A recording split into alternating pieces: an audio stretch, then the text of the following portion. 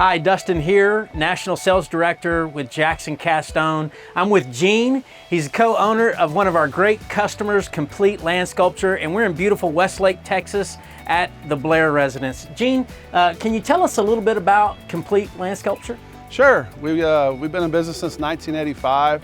The name of our company is Complete Landsculpture, and that's what we really are. We're a one-stop shop from the design, initial consultation, going through budgets and building, actually implementing the pools and construction, drainage, irrigation, lighting, all the landscape, and then we do the aftercare maintenance programs as well for our clients. So it is one-stop Complete Landsculpture.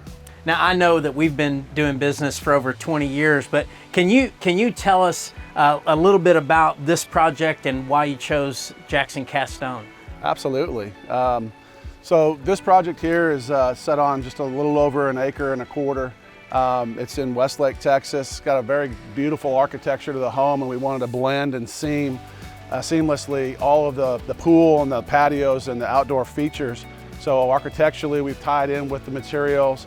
It's very modern in terms of its overall look, but very relaxed and comfortable, with that.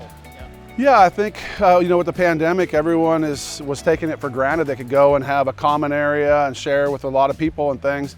When that stopped almost overnight, we see a lot of clients wanting to put that and invest that back into their own home, so they have the outdoor dining areas, recreation areas, fire pits, seating areas, pools in their own backyard versus going to maybe a community pool or something like that.